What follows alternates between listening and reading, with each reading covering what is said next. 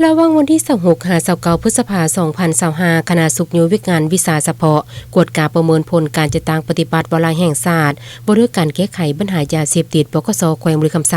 ได้ลงสุขโยวิกงานวิสาเฉพาะปฏิบัติวาระแห่งชาติบ่เรื่องการแก้ไขปัญหายาเสพติดและยาสืบต่อสุขปี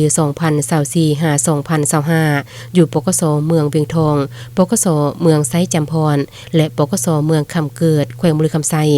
นำพาโดยทานพันเอกคำแพงนำพาวันห้องหัวหน้ากองบัญชาการปกส.แขวงบุรีคำไซ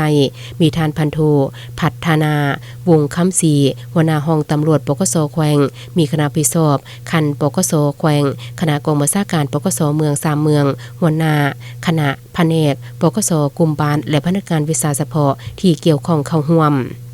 ที่ประชุมบรรดาต่างหน้าแต่ละปกส.เมืองได้ขึ้นรายงานเกี่ยวกับการจัดตั้งปฏิบัติวาระแห่งชาติว่าด้วยการแก้ไขปัญหายาเสพติดระยะปี 2024-2025 ที่ผ่านมาสามารถจัดตั้งปฏิบัติได้เส้น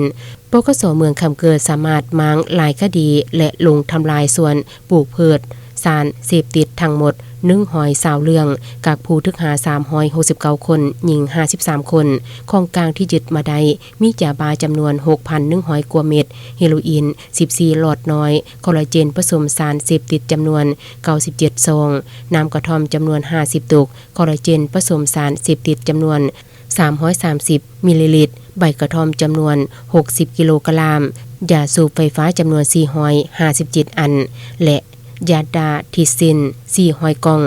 ปืนสั้นจำนวน2กระบอกปืนแว่งจำนวน3กระบอกปืนแก็บ10กระบอกรถใหญ่จำนวน1คันรถจักร4คัน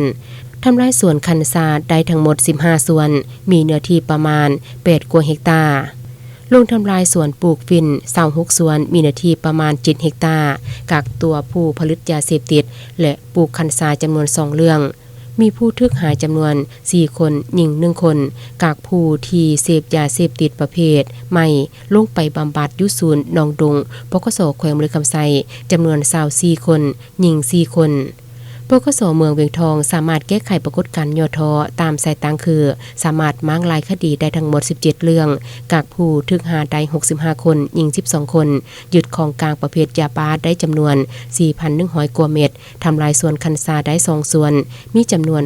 5,500 กว่าตนมีเนื้อที่ประมาณ5เฮกตาร์ครึ่งกักใบกระท่อมจำนวน10ธงน้ำกระท่อมจำนวน23ตุกคอลลาเจนผสมสารเสพติดจำนวน15ซองยาสูบไฟฟ้าจำนวน10อันยาดีไอจำนวน26แก้วยึดปืนแก๊ปจำนวน7กระบอก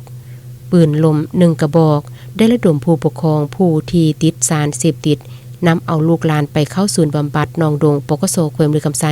จำนวน51คนหญิง11คนปกส.เมืองไซจำพรเรื่องงานแก้ไขปรากฏการณ์ย่อท้อตามสายตังได้กักตัวผู้พัวพันยาเสพติดมาฝากดัดสร้างยุศูนย์บำบัดหนองดงปกส.แขวงบุรีคำไซทั้งหมด12คนลงสร้างครอบครัวและบ้านปลอดยาเสพติดได้17บ้านหลังจากนั้นบรรดาแผนกวิสาเฉพาะหัวหน้าปกส.กลุ่มบ้าน3ตัวเมืองก็ได้ขึ้นประกอบความคิดเห็นแลกเปลี่ยนทดลองบทเรียนข้อคงค้างในการจัดตั้งปฏิบัติเวียกงานตัวจริงแล้วคณะสุขโยเวียกงานวิสาเฉพาะคันปกส.แขวงก็ได้ร่วมกันปรึกษาหารือปัญหาที่พบข้อยุ่งยากที่คงค้างจะต้องพร้อมกันปรับปรุงแก้ไขให้ดีขึ้นเพื่อเอกภาพการจัดตั้งวาระแห่งชาติว่าด้วยการแก้ไขปัญหายาเสพติดระยะสืบต่อปี 2024-2025 ให้สำเร็จลุล่วงตามระดับคาดหมายที่วางไว้ตอนท้ายท่านพันเอกคำแพงนำพาวันห้องหัวหน้ากองบัญชาการปกส.แขวงอย่าได้มีคำเห็นโอลมต่อกองประชุมซึ่งท่านได้กล่าวยงโยสมเสยต่อคณะพักคณะบัญชาตลอดหอดเจ้าหน้าที่วิสาเฉพาะที่เหตุเวียกงานตัวจริงที่สามารถยัดได้ผลงานในระยะพันมาและสืบต่อโฆษณาศึกษาอบรมให้พ่อแม่ประชาชนบรรดาเผ่านักเรียนนักศึกษาให้ฮู้แจ้งเกี่ยวกับผลหายาเสพติดทั้งชนิดเก่าและใหม่เอาใจใส่เบิ่งแยงลูกหลานให้ห่างไกลจากยาเสพติดกวดกาคืนบรรดาเป้าหมายที่ยังคงค้างนำใส่มาตรการทางด้านกฎหมายอย่างเข้มงวดเพื่อแนใส่การจะตั้งปฏิบัติวาระแห่งชาติว่าด้วยการแก้ไขปัญหายาเสพติดระยะสืบต่อสุกปี 2024-2025 ให้สำเร็จตามทิศทางแผนการที่วางไว้